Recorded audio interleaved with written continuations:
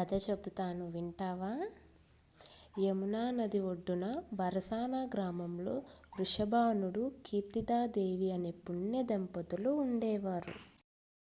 ఒకరోజు వృషభానుడు నదికి వెళ్ళినప్పుడు నీటిలో ఒక బంగారు పద్మంపై మెరిసిపోతున్న చిన్న పాప కనిపించింది.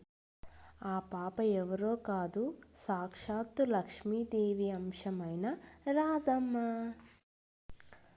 ఆ దంపతులు ఆనందంతో పాపను ఇంటికి తెచ్చుకున్నారు. కానీ ఒక చిన్న వింత, ఆ పాప కళ్ళు తెరవడం లేదు. అందరూ కంగారు పడ్డారు.